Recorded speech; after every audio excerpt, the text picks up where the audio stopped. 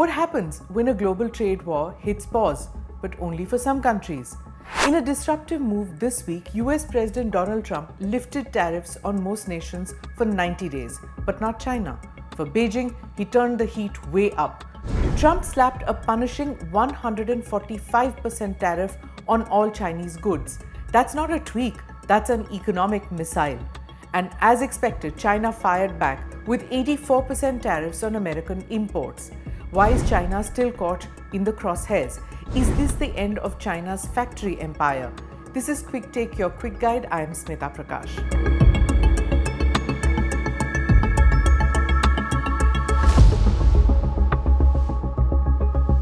Let's break this down. Trump says, quote, no retaliation and you will be rewarded, unquote. 90 days of breathing room for other countries and tariffs came down to 10%.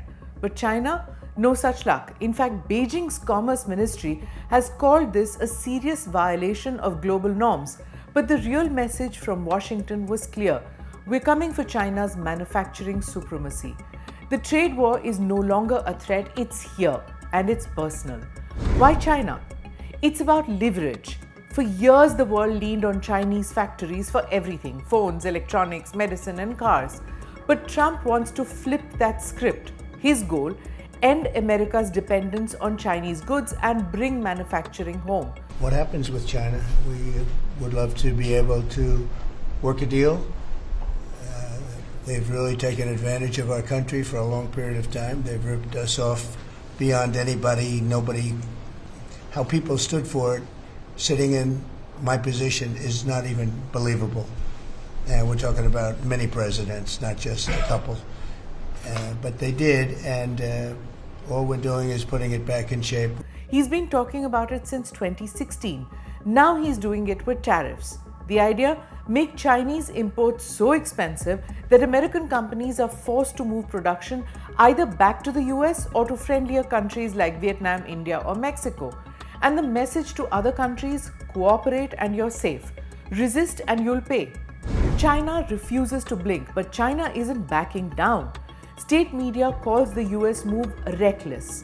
Their counter tariffs are already in place and Beijing is preparing for the long game, absorbing the economic pain while betting Trump overplays his hand.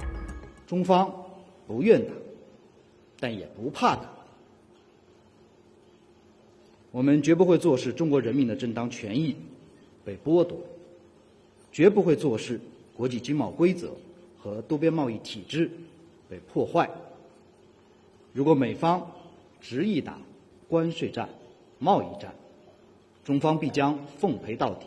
After Trump's tariff surge on April 2nd, global stock markets lost trillions in value. Bond yields went crazy. That's when Trump flinched and gave most nations a temporary pass.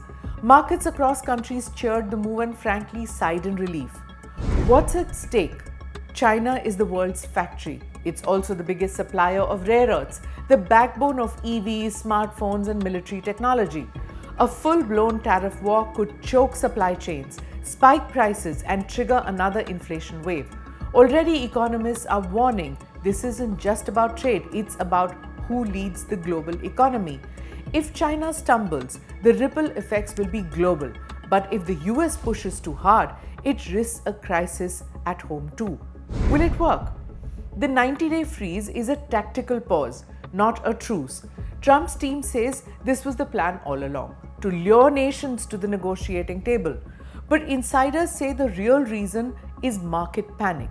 As for China, they're not blinking, they're bracing. And the rest of the world watching closely, hedging bets, and hoping they are not next.